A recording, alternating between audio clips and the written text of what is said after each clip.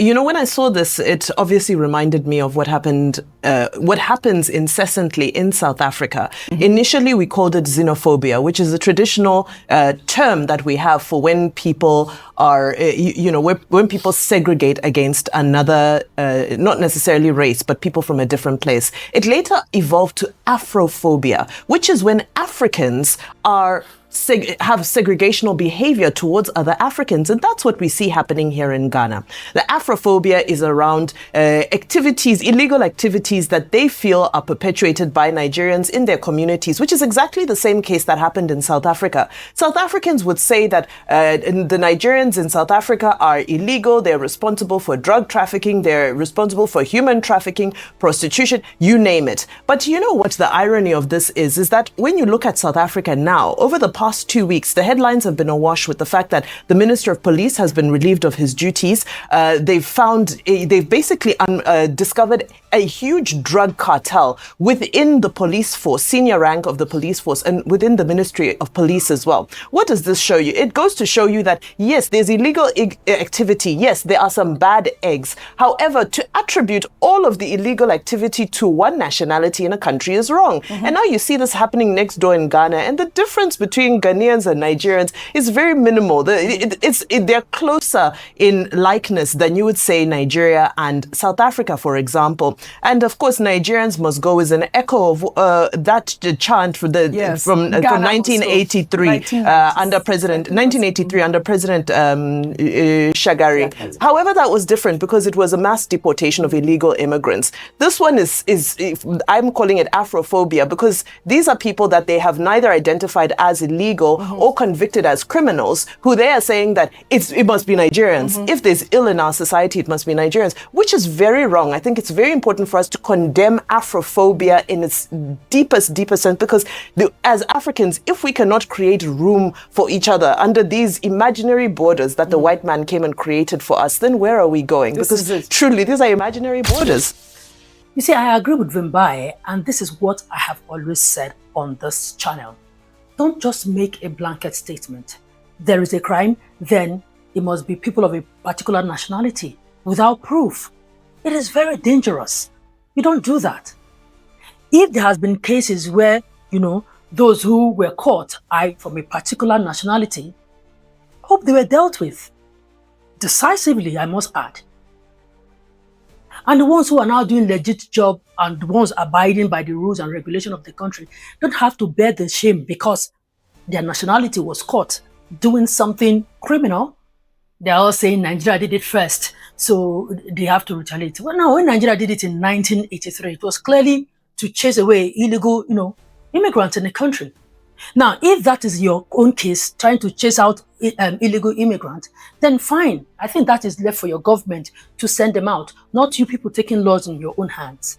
Now, but if that is not the case of illegal immigrants, but hey, Nigeria must go because to you, they are all committing crime, that means you're hiding the true intention and hiding under they are all committing crime.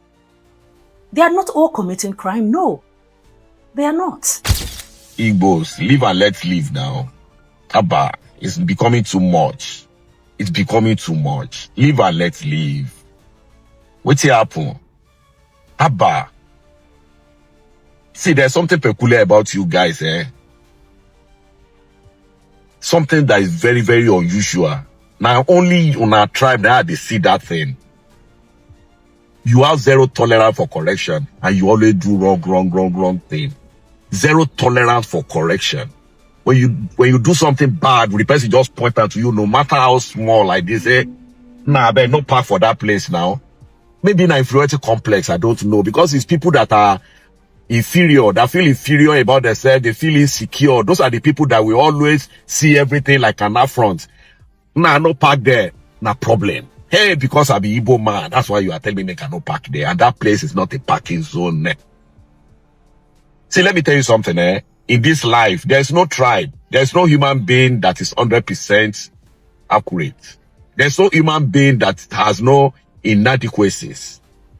But it is normal when you point those inadequacies to some people, a lot of people all over the world, they always try to tread toughly. They always try to amend to see if they can change their ways, at least so they don't disturb any other person. But Igbos, I don't know whether it's a cause. They're not born on a well. Well, they're not born on a well. Look at Ghana. You want to go and mess up that peaceful country. See, my message to you Ghanaians, if you not agree, if you not just leave them, then go mess you up. Your country go turn to Sodom and Gomorrah under 6 months. Just give them little space. You will regret saying Ghana they exist. That's my final advice for you Ghanaians. Nigerians, what's going on? What's going on? Dubai do their own. Ashena Seychelles have been at Maldives, they do their own. South Africa, they do their own. Now Ghana, of all countries, people of them have been at Accra. Then they talk, say they don't want. What's going on? We need to fix up. I don't even blame these countries anymore. What are we doing? Shekomalewa, why are we smelling? Something is definitely wrong with us as a people. We like to overdo. I don't know. What did happen? Ghana. Nigerians have been settling in Ghana way back the 20s and the 30s. In fact, one of the biggest markets in Ghana is named Mokola, after a lot of Nigerians that went out there. All of this started as a political gimmick in the 60s when Kofi Bosia had this Ordinance Act to remove illegal migrants. A lot of Nigerians were removed. In 83, Nigerians still had a lot of problems with the economy. We blame illegal migrants. So we pushed Ghanaians out. But does this settle the matter? No. Ralph Waldo Emerson said what lies before us and what lies behind us are tiny matters compared to what lies within us. A lot lies within us, Nigerians and Ghana. Where are we going to push ourselves? Famous Ghanaian journalist Komla Dumo lived and grew up in Nigeria at some point. The current Ghanaian president lives around Kwara State in Nigeria. All right. The same too can be said for many Nigerians out there in Ghana.